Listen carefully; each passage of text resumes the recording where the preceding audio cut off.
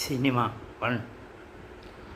കുടുംബത്തിന്, സമൂഹത്തിന്, നാടിന് വിലപ്പെട്ട സംഭാവനകൾ നൽകിയ സിനിമാ ലോകം, അതിലെ നടീനടന്മാർ, സംവിധായകർ, നിർമ്മാതാക്കൾ ഏവരും നമ്മുടെ മുന്നിൽ മാന്യരും പ്രഗത്ഭരും ആയിരുന്നു ഇന്നലെ വരെ.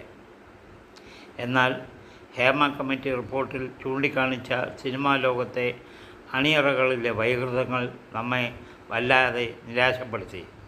അധികാരവർഗം അത്തരം വൈകൃതങ്ങളെ മൂടിവെക്കാൻ ശ്രമിച്ചപ്പോൾ വിപരീത ഫലം ഉളവാക്കി. വളരുന്ന തലമുറ സിനിമയിലെ ഉന്നതരുടെ വൈകൃതങ്ങളെ അനുകരിക്കാൻ തുടങ്ങിയാൽ സമൂഹം വളരെ ദുഷിക്കുമെന്ന് പറയാതിരിക്കാൻ വയ്യ.